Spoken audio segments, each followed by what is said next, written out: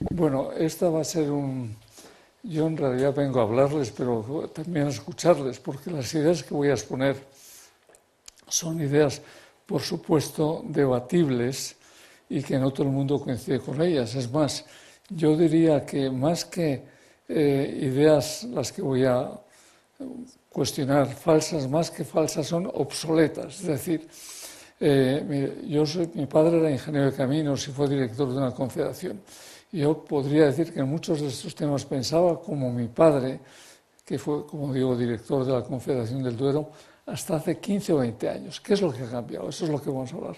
El mundo ha cambiado extraordinariamente en los avances tecnológicos y eso permite enfocar los problemas de una forma distinta, cosa que todavía prácticamente no ha entrado en nuestra sociedad ni en la sociedad mundial. O sea, que no crean que España es muy distinto del resto del mundo. Es un problema mundial y, por otra parte, es un problema desde hace mucho tiempo. A ver, es capaz de abrir un poco esto, que yo he tenido un accidente y tengo la mano derecha un poco estropeada. Gracias mil. Bien, entonces vamos un poco al tema. Ya en la pregunta que tiene aquí, está ya casi, pueden suponer que está la respuesta, ¿no? Pero en fin, es lo que vamos a hablar en la introducción. Luego, el tema, por otra parte, no es viejo. Hablaremos de las ideas que sobre este tema de la escasez de alimentos tenía Aristóteles. Aristóteles es un hombre citado por todos en todas las ciencias como un genio, realmente hace 24 siglos. Bueno, pues Aristóteles estuvo profundamente equivocado, lo cual no tiene nada de particular que haya gente muy valiosa, pues que haya cosas que no esté de acuerdo, que no las entienda. Bueno, ¿qué es lo que ha cambiado? He dicho antes, estos cambios en los últimos decenios. Pues lo veremos, a ver, hay toda una serie de factores que son los que, en mi opinión, permiten enfocar los temas de una forma distinta y además diría de una forma bastante más positiva. Ahora bien, hay una inercia, es lo que voy a ver. ¿Por qué no se quiere admitir la nueva situación? Es decir, una lucha cuesta arriba a nivel mundial, no solo en España. Bueno, hay distintas razones para ello. Y luego vamos a poner algún ejemplo sin importancia España, pero todo esto tiene que ser en una hora y además en cualquier momento, cualquier cosa, el que quiera levanta la mano y pregunta o dice algo o pide una aclaración. Bueno, pues vamos allá. A ver, ¿qué le da mal? Bueno, yo que lo expongo aquí cada día en los periódicos pueden prever que probablemente vamos hacia el poco menos que al fin del mundo, ¿no? Constantemente la escasez del agua es como un principio, ¿eh? Hay escasez de agua y eso justifica muchas cosas, ¿eh? Es decir, incluso el sueldo de mucha gente, la escasez de agua, escasez de alimentos. Bueno, yo creo que esto, vamos a ver, no es real probablemente a escala planetaria y desde luego no es real para España, ¿eh? Ahora, dice, hombre, España somos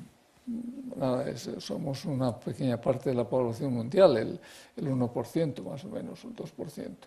Pero, ¿qué ocurre en otros países? Bueno, pues, mire, yo estoy un poco harto de los planteamientos de Naciones Unidas generales, que son aplicaciones generales que tienen muy poco valor y a veces no responden para nada a la realidad, salvo para justificar los sueldos de los burócratas de Nueva York y de otros muchos sitios del mundo.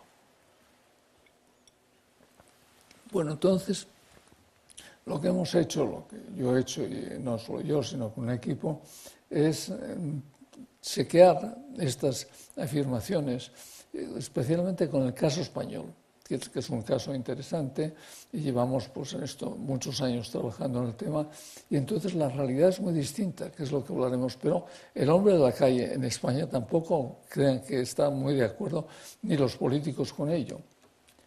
Bueno, entonces, como digo, los argumentos se basan fundamentalmente, especialmente en estos 15 años. Yo hace ya 30 años, cuando entré en la academia, incluso antes de tomar posesión, ya organizamos aquí unas jornadas sobre humedales, que ya empezaba entonces a estar de moda los humedales y la forma de conservar las bases físicas para la protección de humedales.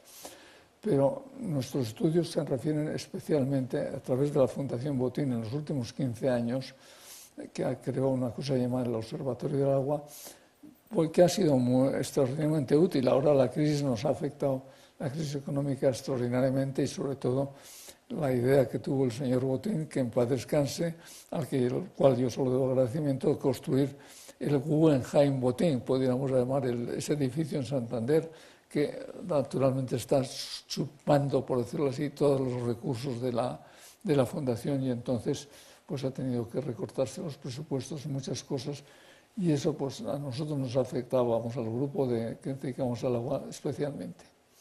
Bueno, ¿por qué es interesante el caso español?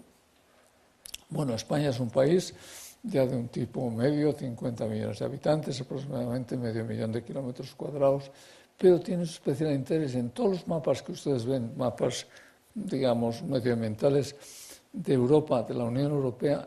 España parece un país marrón, es decir, es un país semiárido, un país que en el verano la humedad que tiene el suelo no permite la vegetación, y por eso apenas hay vegetación. Y por eso en todos los mapas, salvo la cornisa cantábrica y la Sierra Central y algún otro punto, en lugar de parecer verde, como casi toda Europa, en los mapas la pintan verde, pues está. Entonces, el análisis de lo que ocurre en España tiene especial interés en ese aspecto. Por otra parte, España es un país que ha experimentado, no ha sufrido, es para bien en general, un cambio extraordinario en los últimos medio siglo. Es decir, mira, a veces, no sé si lo tengo puesto después o no, se ha comparado España con Singapur.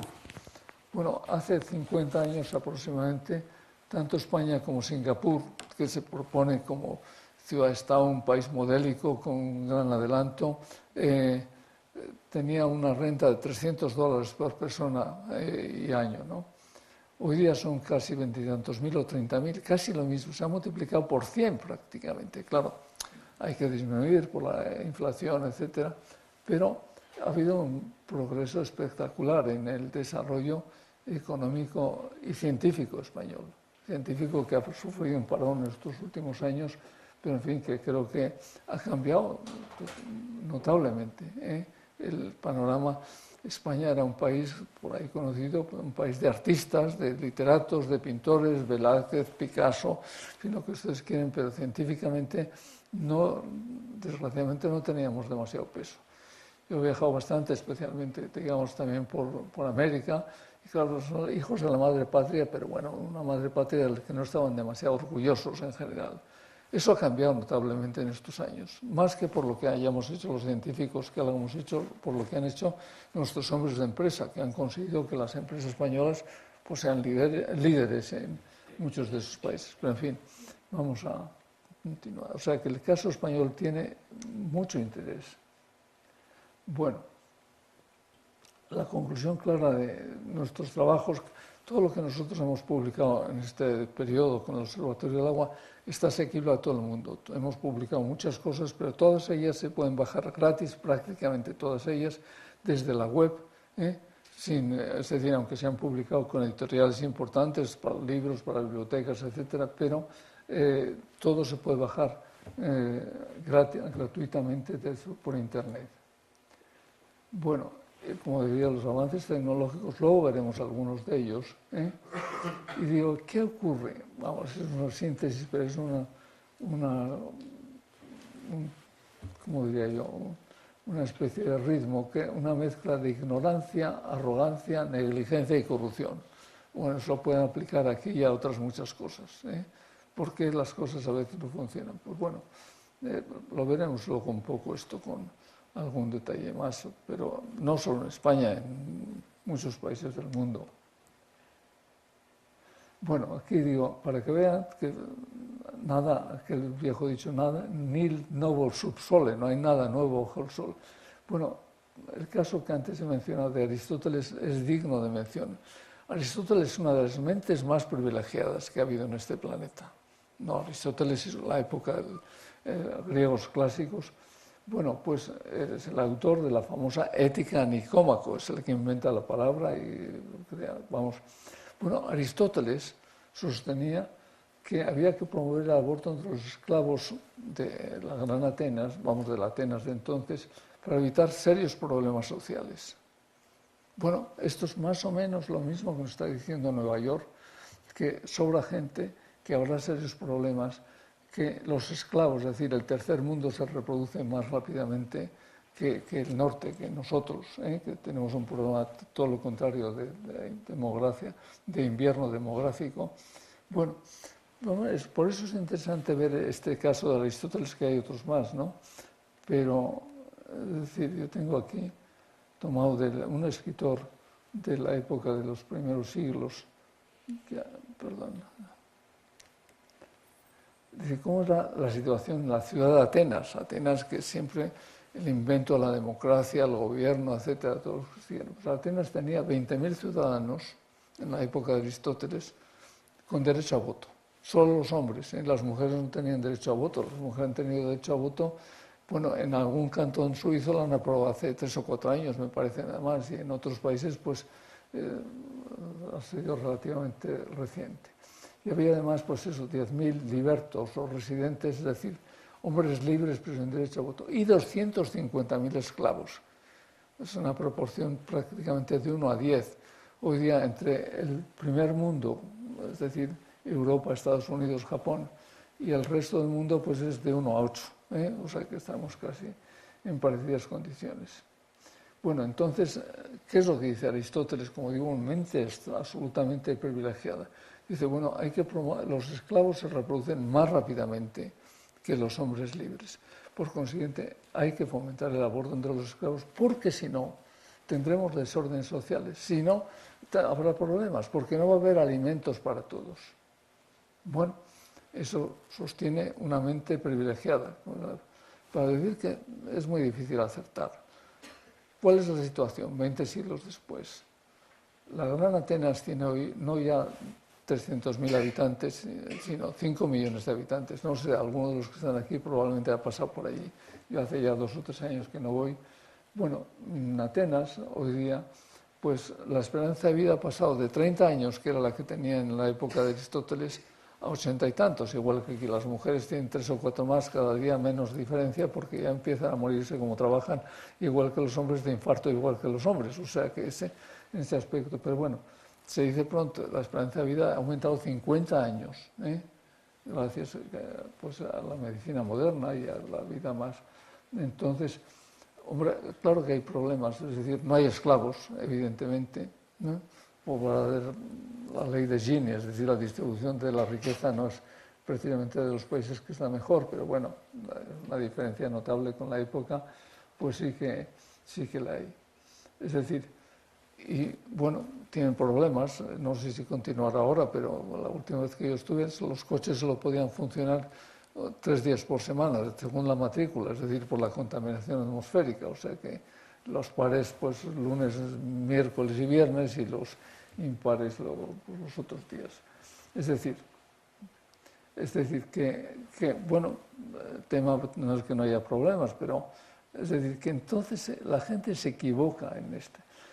Todos saben el malthusianismo, ¿no? Malthus, que era un clérigo anglicano de hace 200 años aproximadamente, él sostenía que sería un serio problema lo mismo, la alimentación en Inglaterra, porque se reproducía más la gente y los alimentos iban a adquirir. ¿Qué ha pasado de entonces? Pues mire, la población se ha multiplicado por 4 o por 5 en Inglaterra. Y en el propio Inglaterra la producción agrícola se ha multiplicado por 10. Es decir, en esto vamos un poco a un tema que es muy importante. La capacidad del ingenio humano para mejorar las cosas es muy notable y a mí por lo menos me da optimismo, porque creo que muchos problemas se pueden resolver. Pero en fin, con esto, ¿qué es lo que quiero decir? Pues que estas ideas pues, han estado de moda más o menos tiempo y, todo, y van cambiando. Especialmente ahora estamos con un cambio. Bueno, las ideas económicas es lo que ha cambiado más. Yo he estado hace pocos días oyendo una presentación de un libro que es una especie de síntesis de la economía mundial, francamente bueno, pero bueno, lo que te viene a decir me ha recordado aquello que es de un Nobel de Economía, que decía, hay 2 tipos de economistas, los que no saben nada y los que ni siquiera saben que no saben nada. Bueno, eso es muy discutible, ¿no? La verdad es que todos cada vez La economía como carrera existe desde hace 50 años aproximadamente en España, ¿no? O sea que hoy día pues son los que están haciendo, los que más mandan, digamos, en muchos aspectos. La economía, Hacienda, en fin, toda serie de cosas que nos motivó de esta charla. Bueno, entonces, ¿qué ha cambiado en los últimos 10 años? Yo hago una pregunta. El antropoceno. ¿A cuántos de aquí les suena esta palabra? El antropoceno. Que levanten la mano, por favor, por tener un poco de idea. Uno, nada más a uno. Dos. Bueno, es un concepto relativamente nuevo, de hace ya 10, quizá 15 años. El antropoceno se refiere, vamos, a los geólogos, no sé cuántos geólogos hay aquí, quizá no muchos, pues está el Eoceno, el Oligoceno, el Mioceno, etc. Y el Holoceno, que es la época más corriente. Y hace ya unos años, un grupo de investigadores decimos que estamos en una época nueva que se llama el Antropoceno. Antropos, pues es el hombre, ¿no? Porque desde la Revolución Industrial, y especialmente en los últimos años, la acción humana tiene mucha importancia en el planeta, en la superficie del planeta. No es que todo, pero mucha importancia. Y entonces, eso es un cambio muy notable. Es decir, el hombre ha estado un poco, el ser humano, se me apura a la defensiva contra la naturaleza, protegiéndose de los terremotos, de las plagas, de las pestes, de las sequías, de las inundaciones, etcétera, etcétera. Pero hoy día la acción del hombre puede cambiar muchas de estas cosas, para bien o para mal, según como sea. Entonces, ese es un punto muy importante. La acción del hombre ya tiene un impacto que puede ser importante. Por supuesto está todo el tema discutido y discutible del cambio climático, pero no es solo el cambio climático, el cambio global. Por ejemplo, en España hay una discusión relativamente fuerte entre investigadores de los ríos españoles. Muchos de ellos en los últimos 30 años han disminuido su caudal. ¿A qué se debe esto? Ha cambiado la temperatura, eso no es capaz de explicarlo. Pues bueno, hay gente que opina que eso se debe a los cambios en los usos del suelo, lo cual tiene una importancia, diría, política muy grande, porque cuando hablamos del cambio climático, y no vamos a hablar aquí de este tema, el cambio climático, claro, es algo planetario, es decir, ¿de qué sirve que nosotros ahorremos carbono, menos carbono, si China no lo hace, que tiene una potencia mucho mayor de habitantes, todo China, la India, en fin, todos estos países? Entonces, claro, la atmósfera es común para todos, es decir, que en cambio el uso del suelo sí que depende de cada ciudad. Bueno, pues se atribuyen los cambios en el uso del suelo fundamentalmente, por ejemplo, porque la gente que estaba en la montaña se ha bajado al llano normalmente, la gente se ha ido a las montañas, y lo que antes eran pastos y ganadería se ha transformado en bosque que estamos a menos cuidado. Y el bosque, en contra de lo que eran las ideas de hace 50 o 100 años, el bosque no produce lluvia, el bosque, cada árbol es como una bomba que está enviando agua a la atmósfera. Y eso, según algunos autores, pues puede explicar la disminución de los ríos. Es difícil eso, confirmarlo. ¿Por qué? Porque los datos estadísticos tienen mucho ruido, es decir, no son buenos los datos estadísticos de los caudales de los ríos de hace 50 y no digamos de hace 100 años prácticamente no hay nada, ¿no? De lluvia sí, pero de caudales de los ríos muy poco. Es decir, que estamos todavía en el terreno de incertidumbre, que es una palabra de moda, porque que responde bastante a los hechos. Hay muy pocas cosas que podemos asegurar con certeza. Es decir, que hoy día está de moda hablar del riesgo, de la incertidumbre, pero en el fondo yo creo que es una postura buena. Siempre que no conduzca, porque claro, a la parálisis por el análisis, es decir, como esto puede afectar, pues no hago nada, entonces no hacemos nada. ¿Cuál es la solución? Pues no es fácil, no es fácil, pero pensar en futuros escenarios, en fin, toda una serie hay mucha gente dedicada a esto. Pero bueno, aquí tengo puesto una frase que no es mía, que la oí hace tiempo, yo creo que fue en Estocolmo, que decía, los recursos naturales son limitados. La gente dice, bueno, sí, pero claro, es que la Tierra tiene un límite de espacio, todo está limitado. Es verdad. La atmósfera es limitada, la cantidad de agua es limitada, la cantidad de tierra es limitada. Cierto. Pero el ingenio, human ingenuity, en inglés ingenuity no es ser ingenuo, sino ingenioso. El ingenio humano, no la ingenuidad, el ingenio humano no tiene límites. Bueno, y esto es un hecho que lo estamos comprobando históricamente. Es decir, cada vez estamos en la época que está de moda la palabra innovación, es decir, me van encontrando cosas y cosas que están cambiando constantemente. Este pequeño cacharro, el Internet, por decirlo así, ha cambiado nuestra vida, la de todos los que estamos aquí, pero la ha cambiado y la va a cambiar todavía más. Lo que quizá muchos no se dan cuenta que todo lo que nosotros recibimos aquí en Internet está en manos del gobierno de Estados Unidos. Internet es un monopolio total ¿por qué? Porque han sido los primeros que lo han hecho. Yo no sé lo que pasará dentro de 10, 15 años, pero tienen la primacía tecnológica, pues conduce a un aumento de poder sin duda ninguna muy notable y muy importante. Pero bueno, vamos a ver, yo no intento meter miedo ni meterme con el gobierno yanqui, sino decir, esto es un hecho, que sepan que lo que nosotros recibimos, yo hoy día casi no podemos vivir casi ninguno sin Internet. Uno tiene una duda, va a Internet, consulta y normalmente encuentras una respuesta asombrosa, pero no encuentro. Bueno, entonces, ¿qué ha cambiado en los últimos decenios? Hay nuevos conceptos, que la mayor parte de la gente no los tiene. Empiezan por no tenerlos, pues los gente del Ministerio del Agua en España, del Medio Ambiente. El agua verde, el agua azul, el agua virtual, huella hidrológica, he mencionado 4. ¿A alguno le suena lo de los colores del agua, lo que es el agua verde, el agua azul? No, supongo que a casi ninguno. Bueno, son conceptos que tienen 20 años más o menos, han ido progresivamente.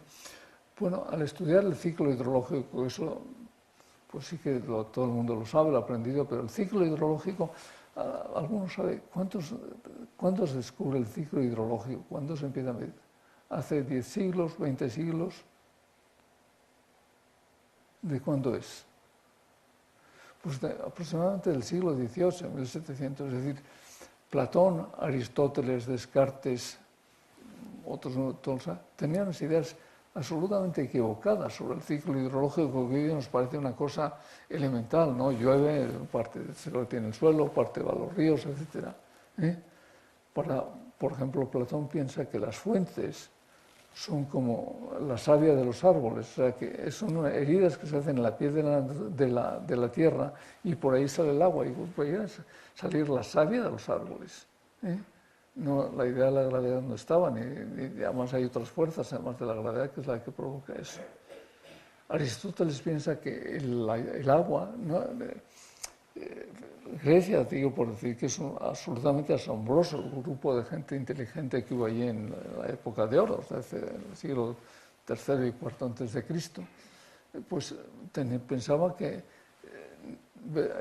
Grecia es un país kárstico, es decir, hay grandes fuentes, grandes manantiales. Pues esos manantiales no se explicaban con la lluvia, se explicaban, venía de abajo de la tierra, o para Aristóteles era el aire que se condensaba de entre las cuevas. Hay muchas cuevas en los países kársticos. Es decir que, pero lo mismo Descartes hasta el siglo. ¿Y cómo cambia, por ejemplo, el ciclo hidrológico? Es interesante. Pues progresivamente, algo parecido a esto que hemos visto ahora. Primero hay un señor que empieza a medir la lluvia. La lluvia con sencillamente un pluviómetro es un bote donde se mide la lluvia que cae. Eso empieza a hacerlo en el Vaticano, se llama, ya no me acuerdo el nombre, un fraile entonces. Bueno, las primeras medidas de lluvia, como dato curioso, proceden de la India, donde se medía la lluvia como un sistema impositivo. Es decir, pues los agricultores siempre se quejan de la cosecha. Entonces hubo se llama la dinastía Cautilia, que dijo, bueno, se terminó, ustedes van a pagar de acuerdo con la lluvia que haya. ¿Cómo medimos la lluvia? Pues que es un pluviómetro, es un bote en que mides la lluvia que hay. Entonces, usted puede decir lo que quiera, pero si ha llovido, usted me paga, y si no ha llovido, pues tenemos de otra forma. Pero bueno, eso se pierde allí hace muchos siglos. Entonces, las primeras medidas de lluvia se hacen y ya se van extendiendo en el Vaticano y Europa. Entonces, ¿qué es lo que ocurre? Se pensaba eso, que el agua de los ríos no podía explicar la lluvia, pero entonces la topografía ha aumentado, se tienen ya mapas.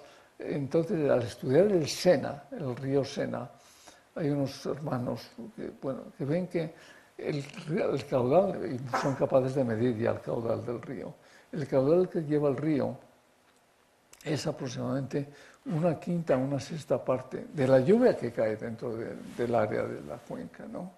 Dice, bueno, la lluvia es capaz de explicar todo el caudal que lleva el Sena, ¿eh? ¿Y qué pasa en el otro? Y complementa a un astrónomo inglés que se llama Halley, que estudia la evaporación del agua, ¿eh? Y ve que compensa una cosa con otra, y ahí es el ciclo tal como hoy día lo enseñamos en las escuelas y lo pensamos que es un hecho bastante bien. Entonces, ¿qué tiene que ver eso con el agua verde y el agua azul? Entonces, hace 20 años aproximadamente, quizá 25, especialmente una profesora sueca, que conviene distinguir, el agua verde es la que queda de la lluvia que cae. Hay una parte muy importante, depende de los climas, que queda retenida en el suelo y que eso permite la función clorofílica, la fotosíntesis, que es clave para toda la vida de la Tierra, ¿eh? Y le llaman agua verde, otros lo llaman agua edáfica. Este agua verde no ha sido nunca demasiado medida, porque, bueno, llueve lo que llueve y yo no puedo extraer el agua verde del suelo. Está muy retenida por las fuerzas capilares y otras fuerzas. Entonces, bueno, será interesante conocerlo, pero no ve. Pero, ¿qué ha venido aquí? ¿Qué es lo que ha cambiado esto? La industria de la guerra americana. Los sensores remotos. Hoy día, con los sensores remotos, hay muchísimos, pues tienen radiaciones a la Tierra, y algunas de estas radiaciones permiten determinar con bastante exactitud ya hoy día la evapotranspiración de una zona, el agua que se evapora del suelo. Eso es un cambio enorme. Todavía hay muy pocos sitios en que esto se hace, pero se podría hacer porque además se ha abaratado extraordinariamente. Agua azul es la clásica, es la que hemos utilizado los ingenieros, el agua de los ríos, la de los acuíferos es posterior el uso, pero en fin, el uso intensivo al menos. Bueno, agua virtual, esa supongo que a nadie le suena lo que es el agua virtual. Pues es un concepto clave que muchos no lo admiten. Yo hace escasamente un mes o dos escribí al secretario general de la OCDE, que es un mexicano, hombre muy competente y tal. Dice, bueno, yo me retiro de un proyecto que ustedes tienen, que es Water Governance, la gobernanza del agua, porque ustedes se han negado a considerar el agua virtual. ¿Qué es el agua virtual? El agua virtual es el agua que hace falta para producir cualquier bien o cualquier servicio. Es decir, para producir 1 kilo de trigo hacen falta 1000 kilos de agua, que no están en el trigo, pero es la función clorofílica, la que transforma el CO2 de la atmósfera, es la fotosíntesis, en sustancia orgánica. Bueno, entonces, ¿qué quiere decir eso? Por ejemplo, cuando Israel o España, el país que sea, importa un barco de trigo, está importando 1000 barcos de agua virtual, que es el agua que ha hecho falta para producir ese trigo en donde sea, en Argentina o en Estados Unidos o en París o en Francia, ¿no? Es decir, bueno, pues eso es un concepto muy importante, el agua virtual. El agua virtual que hace falta para producir un vaso, hace falta agua para todo. Entonces, la huella hidrológica lo que se llama es la suma de todo el agua virtual que necesita una persona, una institución, un país, para todos los usos que hace del agua. Bueno, ¿alguno tiene idea cuánto puede ser la huella hidrológica de un español medio? ¿Cuánta agua necesita un español medio al año? A ver, nadie se atreve a dar una cifra en metros cúbicos, en litros, en lo que quieran. ¿Qué agua necesitan ustedes? Dice, va a haber escasez de agua. ¿En? Unos 300 litros diarios. ¿Cuánto? Por decir una cantidad, 300 litros diarios. 300 litros diarios, pues hay que multiplicar eso casi por 10. Mire, porque la huella hidrológica del español medio, y el italiano y los americanos un poco más, pero bueno, el indio es bastante menos, es una piscina olímpica de agua, es decir, 2.200 metros cúbicos. Eso es todo el agua que hace falta, que necesitamos. Es agua, la mayor parte de ella es agua virtual, y la mayor parte de ella está en el plato, está en la comida. Para producir 1 kilo de chuletón de Ávila hacen falta 15.000 kilos de agua. Es distinto si es 1 kilo de pollo ¿cómo iba a decir? De invernadero, no, de pollo no de granja, o un cerdo. Un cerdo se sacrifica a los 5, no llega al año y tiene muy... Pero claro, el chuletón de Ávila, por decirlo así, requiere, pues vive 3 o 4 años aquel animal, y lo que menos importa es el agua que bebe ese animal, que bebe también, pero sobre todo es la hierba que come, y la hierba requiere lluvia entonces eso explica que son un chuletón de Ávila, 15.000 kilos de agua. Entonces, ahí, como anécdota curioso, digo, hace ya quizá 5 años hubo un foro electrónico, es decir, una cosa que por contacto participamos unas 300 personas para hablar sobre estos temas. Bueno, yo al mes y pico me retiré, porque eso se transformó en una batalla campal entre los vegetarianos y los no vegetarianos. Es decir, si una persona es vegetariana requiere mucha menos agua, para eso, porque los vegetales requieren mucha menos agua que la carne en general, ¿no? Entonces, pues mucha gente dice, bueno, es que si uno es responsable con la naturaleza, tiene que mejor es ser vegetariano. Bueno, el que quiera ser vegetariano, aunque lo sea, posiblemente es más sano. Yo no sé si es más sano o no, pero no porque falte agua, eso es lo de menos. Pero vamos, los asiáticos, fundamentalmente los indios y los chinos, la mayor parte son vegetarianos.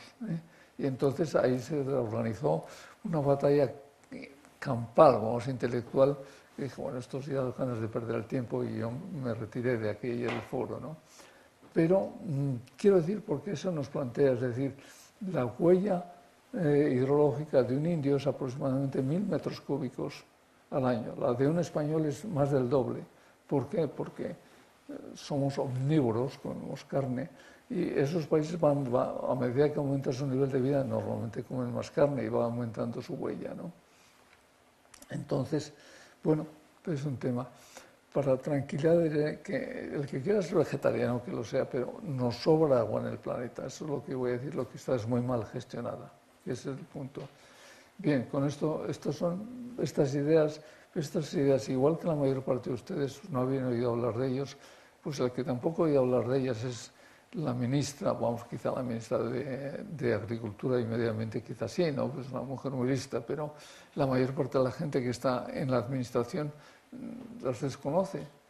Como ya digo, carta mía de hace 2 meses al secretario general de la OCDE, un mexicano extraordinariamente competente, dice, oiga, yo me retiro, usted no puede hablar de la gobernanza del agua sin tener en cuenta el agua virtual. El agua virtual, en cierta forma, por decirlo así, ha establecido unos trasvases mundiales de agua virtual. Otro ejemplo. En España, ustedes saben que tenemos una ganadería, una agroindustria muy importante y que va muy bien. Bueno, de esa agroindustria una parte importante, no sé el porcentaje porque no lo he visto escrito, es la cárnica, es decir, pues nuestra ganadería en gran parte se alimenta con la lluvia de Argentina y de Brasil.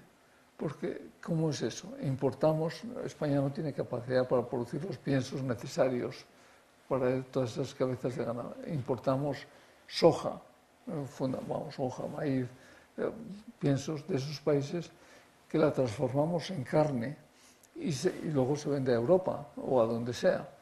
Pues un buen negocio, porque importamos agua virtual barata y la exportamos con agua virtual de bastante más valor.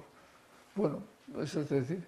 Ahora, junto a esto, hay un tema, de otras de las ideas que son un obstáculo, es en todo el mundo, vamos, en todos los estados mayores del mundo, pues están un poco, como diría yo, traumatizados psicológicamente por las ideas de digamos, Sagunto y Numancia en España, basada en Israel. Es decir, en las guerras hasta hace 200, 300 años, quizá algo más, cuando se tiraba una ciudad, ¿qué se hacía? Cortar el agua y los alimentos, ¿no? O sea, entonces todos los países buscan tener una seguridad alimentaria. El no tener, decir, oiga, si viene aquí hay un problema, que mi gente, el país no pase hambre, ¿no? Porque eso es fuente de disturbios, pues una serie de problemas. Entonces, todos quieren ese tema, tener casi autosuficientes en alimentación. Bueno, eso tiene sus pros y sus contras, es muy discutible, porque, claro, teóricamente es bonito, pero bueno, quizá no puede ser. Por ejemplo, en energía, somos totalmente dependientes de otros países. La energía que utilizamos los españoles en gran parte viene de fuera, lo cual no nos deja muy tranquilos, da una cierta inseguridad, pero bueno, tampoco se puede cambiar de la noche a la mañana, eso cuesta dinero, en fin, las no renovables, etc. Vamos, las renovables, ¿no? Entonces, en fin, todo eso son problemas interesantes. Vamos a continuar. Bueno, ¿qué es lo que ha cambiado en los últimos decenios? Esos conceptos, pero vamos a ver cómo se instrumenta, qué quiere decir.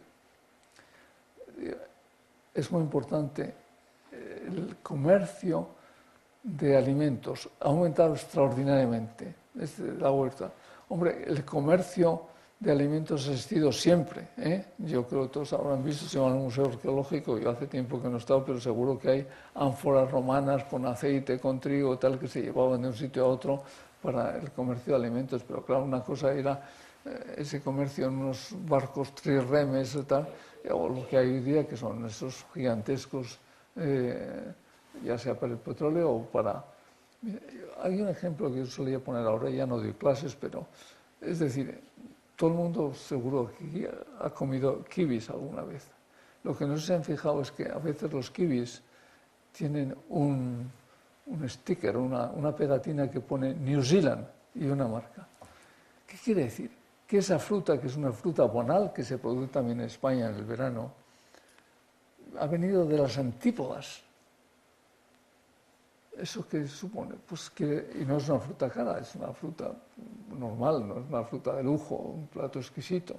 Eso puede ser útil, en fin, está de moda, pero quiere decir que el transporte es rápido y barato. Si no, no tendríamos kibis al precio que los tenemos, ¿no? Y quien dice eso dice manzanas de Chile, o cada vez más este comercio que hay de unos países con otros. Y ese comercio de alimentos es comercio de agua virtual. Y en ese aspecto, pues, se puede resolver. La situación ha cambiado y favorablemente, es decir, mire, la sequía más fuerte que hubo en este país normalmente fue del año 1700, no me acuerdo, es una sequía que dura 10 o 12 años en tiempos de Isabel II, es cuando cae la monarquía y viene la Primera República. Y eso porque la sequía era una calamidad enorme, ¿no? La gente ganaba menos dinero, la gente pasaba hambre, había disturbios sociales, etc. Bueno, ha habido sequías quizá tan malas como esas o parecidas en los últimos años. Ustedes se enteran de la sequía por el periódico, no porque les cambien los precios en el mercado o en el supermercado de su casa, prácticamente nada, quizá algún producto especial cambie un poco, pero no cambian. ¿Por qué? Porque el comercio internacional lamina un poco todos esos cambios. No siempre, hay un tema complejo ahí del comercio internacional, los monopolios, oligopolios, etcétera. Pero, de hecho, la sequía la vemos porque los periodistas nos sacan el esqueleto de una vaca muerta, un suelo agrietado, etcétera, y tal sitio. Y bueno, y afecta, a alguna gente le afecta, pero piensen en un tema que es muy importante. ¿Cómo han cambiado las cosas? Hablamos del antropoceno. Cuando yo acompañaba a mi padre hace 50 años o 60 a visitar las obras de regadío del Duero, del canal, bueno, España tenía una población rural del 20 al 30%, de los cuales el 70% de los hombres eran analfabetos, aprendían a leer en el servicio militar, los que aprendían. Y las mujeres no aprendían casi nunca, ¿no? O aprendían mucho menos. Pero, ¿qué tiene que ver esa España de hace 50 años con la España actual? ¿Alguno sabe ¿Qué supone la población rural, agrícola, como en este momento en España? ¿Qué porcentaje supone de la población? El 5. Bueno, en España en conjunto es 3 y pico, el conjunto. Varía de unas zonas a otras. En Mallorca es el 0,5%, en Cataluña es el 1,5%, si no me equivoco. En Extremadura es el 12 o el 13%, en Andalucía también. Pero es decir, cuando los países las zonas más desarrolladas tienen menos. Sin embargo, la producción agrícola española es muy superior hoy día a la que era hace 20 o 30 años. ¿Por qué? Porque la tecnología agrícola ha mejorado extraordinariamente, ¿no? Es decir, que en ese aspecto pues, es muy... Bueno, entonces, ¿qué ventaja tiene esto del comercio del agua internacional? Que entonces, vuelvo al ejemplo de Israel o puede ser de España. Si Israel importa, Egipto, y muchos de sus países no podrían vivir con su propia agua, con la población aumentado, viven gracias a que importan alimentos, agua virtual. Entonces el agua suya, el agua doméstica, que siempre tiene que tener algo, la pueden utilizar o para otros usos o para producir cash crops, lo que se llaman cash crops, son cosechas de alto valor. De ejemplo típico es lo que tenemos en la costa mediterránea nuestra, desde, pues digamos, desde Alicante hasta Huelva, ¿no? Que son cultivos de alto valor que vale mucho más. Entonces lo que se produce, miren ustedes, una hectárea de trigo o de cebada en mi tierra, que es Valladolid, el valor que tiene y con subvenciones, con todo, pues digamos que es del orden de 1.000 euros al año. Una hectárea bajo plástico en Campo de Dalías, que es Almería, son 70.000. Es decir, son dos mundos totalmente distintos. Sin embargo, todo se considera como agricultura todo, y se trata conjuntamente, lo cual es un error. Pero en eso que quiero decir, es que esto ha cambiado y va a continuar cambiando. Es decir, que hay inercia y que cambiará. Mira, yo recuerdo en España el regadío que hay, que son 3 millones y pico de hectáreas, pues la mayor parte es para producir cultivos de bajo valor. Y en una reunión, yo creo que fue en Sevilla, dije, bueno, es que en España el problema está en que estamos utilizando el regadío para producir basura económica. Bueno, los agricultores me saltaron la yugular, ¿no? Pero no solo aquí, en Río de Janeiro, ya hablé de algo parecido también, pues saltó, hombres, que no se puede hablar así, porque la agricultura, en primer lugar, y es cierto, no es solo para producir alimentos, tiene otros muchos fines. Algunos son indiscutibles, pero en fin, tiene otros fines. Entonces la agricultura es un factor muy importante en la vida de un país y está protegida en todos los sitios del mundo. Yo siempre he dicho, nunca me enfrentaré con los agricultores porque sé que voy a perder.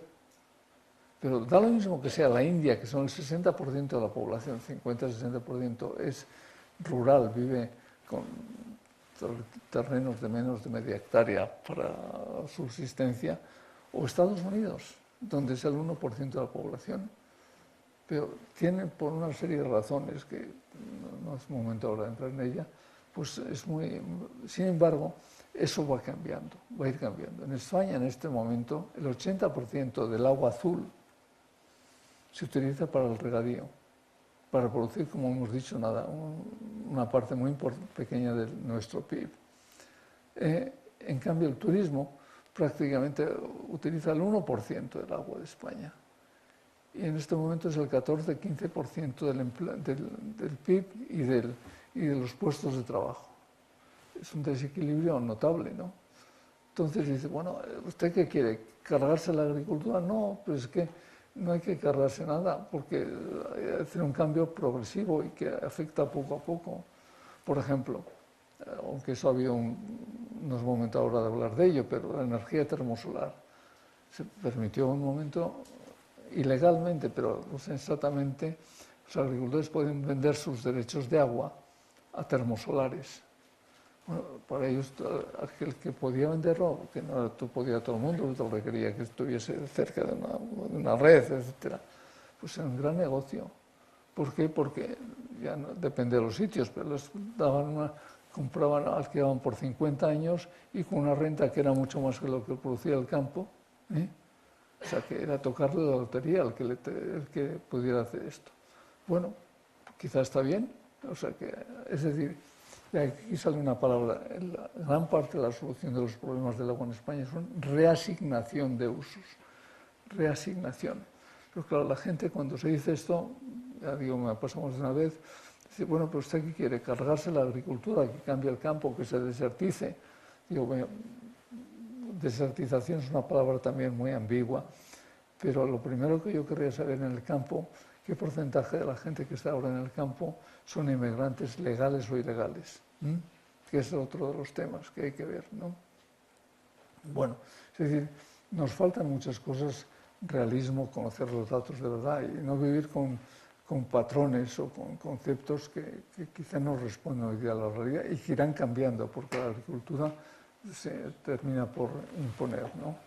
Bueno, la agricultura, la economía pesa mucho siempre, aunque no es todo. Bien, vamos a ver. Yo creo que ya estoy casi consumiendo mi tiempo. Ha cambiado el comercio de alimentos, esto ya he dicho, Argentina y Brasil.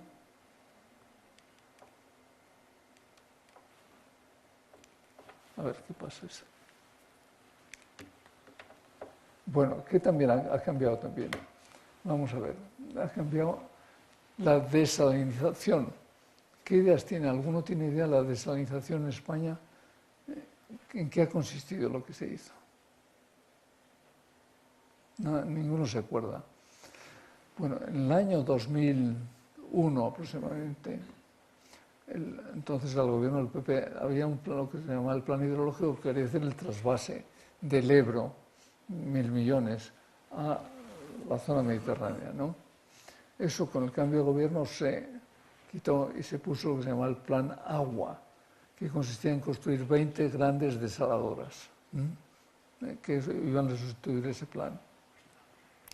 Bueno, eso ha sido un fracaso notable.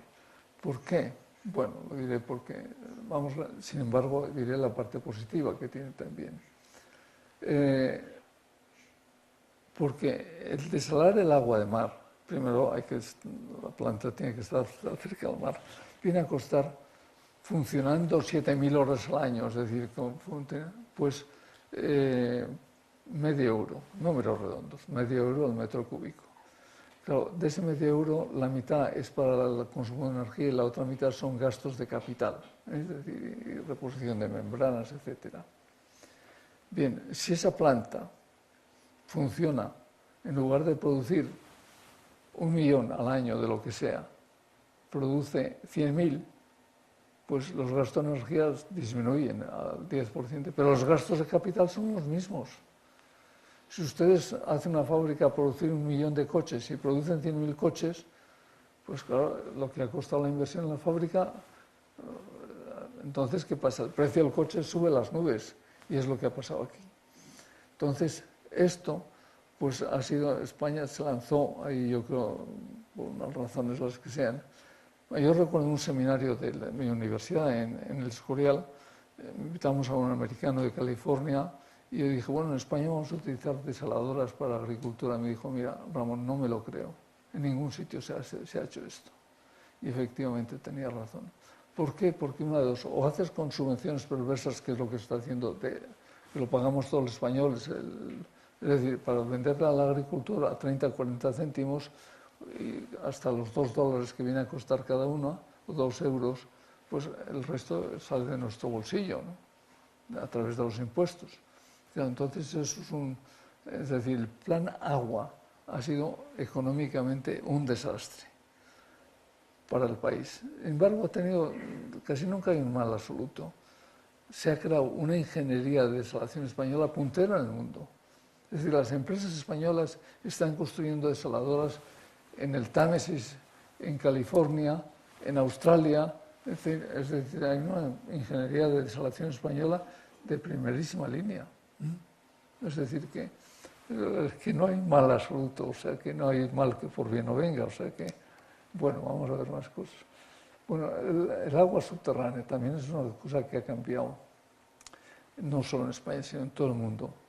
Mira, yo mi carrera empecé fundamentalmente trabajando en agua subterránea, que era un tema muy poco tratado en España. Bueno, el agua en los últimos 50 años, a escala planetaria, mundial, la extracción de agua subterránea se ha multiplicado por 10, es decir, ha pasado de unos 100 kilómetros cúbicos al año a 1000, en unos países más que en España. En España también ha aumentado bastante. Pero entonces eso ha sido lo que a veces llamamos la revolución silenciosa, el uso intensivo de las aguas subterráneas.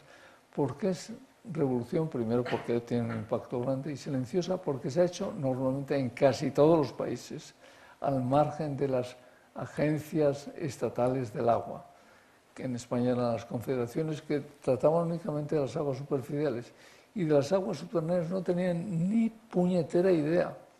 No había gente preparada ni sabían de qué iba el tema. Entonces, la ley de aguas española del 85 atribuye a las aguas subterráneas el declarado de dominio público y se asigna a las confederaciones para llevar el control. Prácticamente se ha hecho muy poco, depende también de las confederaciones, pero la situación podríamos decir que es caótica en muchos aspectos en España. Es decir, que no se controla, no se sabe lo que pasa. Sin embargo, están autorizando el aumento de la utilización de aguas subterráneas. La directiva europea está introduciendo ciertas mejoras en el cambio, pero no da tiempo a ampliarnos ahora. Pero el agua subterránea, por otra parte, el tema que no vamos a hablar aquí, el cambio climático, va adquiriendo una importancia cada vez mayor. ¿Por qué? Porque si hay cambio climático, que posiblemente hay que adaptarse al cambio climático. Cambio quiere decir que va a haber mayores sequías. Entonces, que el agua subterránea normalmente es una gran solución, porque tiene una inercia mucho mayor, que no nos da tiempo ahora a hablar del tema. Pero hace falta el uso conjunto de aguas, o uso alternativo de aguas superficiales subterráneas. Hace falta un control mucho más riguroso, mucho más exacto de lo que se lleva hoy día en España, que en general es muy flojo. En España y en casi todos los países del mundo.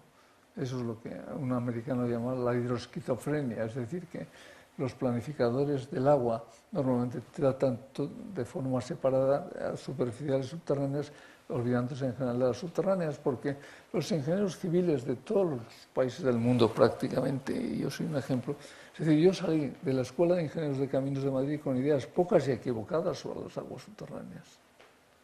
Es decir, y hay un alemán, un Sprichwort, un refrán alemán que dice, bueno, en español, pues lo que no aprendió Juanito nunca lo aprende Juan. Eso no es cierto, es decir, yo salí con ideas equivocadas y creo que ahora tengo unas ideas más o menos adecuadas sobre el tema, pero la mayor parte de la gente funciona con lo que aprendió, como mucho en la carrera. Y luego, pues quizá algunos cambian, pero la mayor parte no. Entonces, todavía tenemos una inercia enorme en el tema de las aguas subterráneas, una serie de conceptos que van cambiando. Esta academia ha contribuido bastante en distintos cursos a paliar un poco ese déficit de conocimiento. Bueno, y el último tema, vamos al último, hay más, ¿no? Pero que he mencionado que tiene una influencia muy grande en el agua y en la alimentación, pero en otras muchas cosas es esto, es Internet.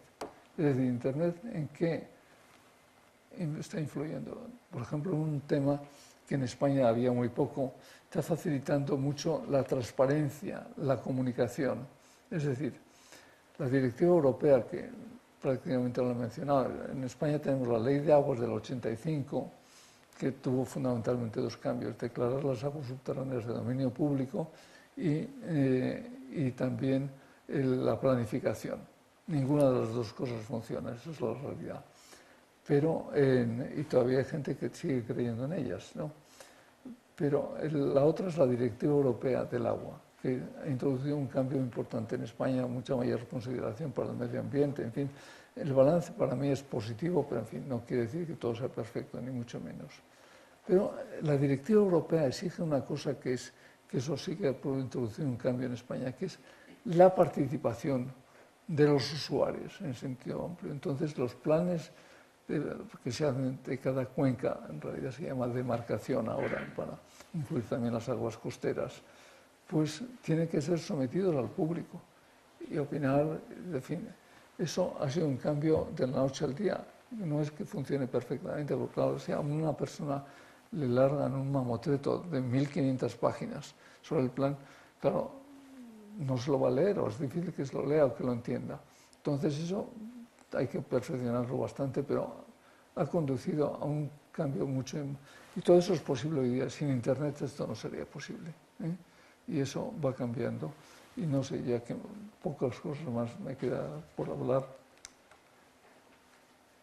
Bueno, ¿por qué no se quiere admitir la nueva situación? Pues, como digo, pues por una serie de razones: ignorancia, arrogancia, negligencia y corrupción, pero en fin, hay un poco de todo.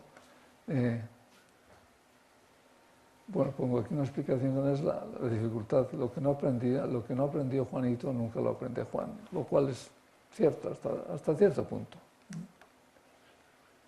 Bien, por ejemplo, la Directiva Marco, que es del año 2000, europea, trata únicamente del agua azul, no trata para nada del agua verde, ¿eh? Lo que he dicho antes, la OCDE, la Carta Mía Agurría, se niegan a considerar el concepto de agua virtual. Yo dije, bueno, pues señores, yo ahí no colaboro porque me parece que eso es irreal. Bueno, bien, eso no vale la pena entretenerlos. Bueno, este es un poco lo que intentamos ahora marcar. Hemos hecho en todas las cuencas o en muchas de ellas, es decir, cada tipo de agua, para qué se utiliza, qué produce del Producto Interior Bruto, y qué puestos de trabajo origina, es del empleo. Esos son factores importantes. Eso no es todo en la política del agua, en la gobernanza del agua, esa palabra que está de moda, gobernanza, pues hay factores, estos son factores, podríamos decir, cuantificables y medibles cuando se quiere con relativa exactitud y facilidad.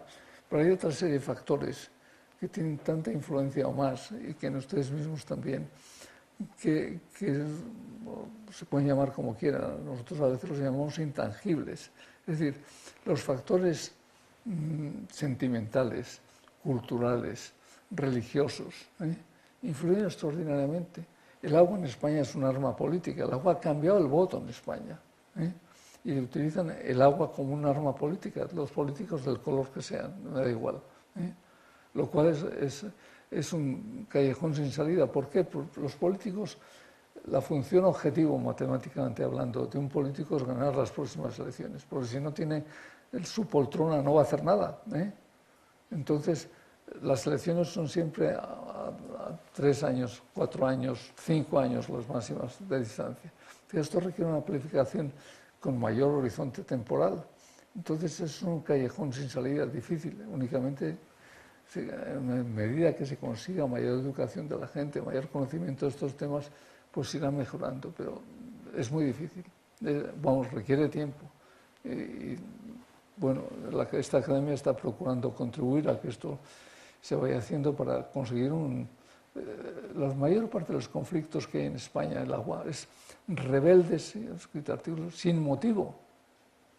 Aragón unido jamás será vencido, reservamos 5.000 millones de metros cúbicos del agua del Pirineo. ¿Para qué? ¿Para qué? Y quien dice esto dice Castilla-La Mancha o el que sea, ¿no? Es decir, el agua está súper valorada. El agua es un elemento necesario para el desarrollo, para el bienestar de un país, pero no es el elemento esencial, ni muchísimo menos. Piensen sencillamente en España. Es que es más rica Galicia, donde llueve hasta horizontalmente. La lluvia esa de Galicia tan terrible que Almería, que es la zona más seca de España. No, y no digamos si compara los países subsaharianos que tienen cantidad de agua con los países del Golfo. Porque tienen petróleo. Bueno, es que el desarrollo de un país no solo depende del agua. El agua es un factor más, pero no es normalmente el más importante. Y eso crea, en España yo creo que está sobrevalorado el valor del agua, es decir, y eso crea, es decir, es echar piedras contra mi propio tejado, en cierta forma diría. Yo toda la vida he estado metido en el mundo del agua. Para mí lo bonito sería decir, esto es importantísimo, pero señores, que estamos sobrevalorando el papel del agua en España. Y eso conduce a que no se resuelva bien. Bueno, esto es, por ejemplo, el tipo de estudios que hemos hecho. Esto es, por ejemplo, coger en una cuenca del Guadalquivir todas las cosechas que hay. El agua fundamental es para la agricultura, los volúmenes que utiliza del agua verde y el agua azul y lo que se produce por metro cúbico de agua utilizada.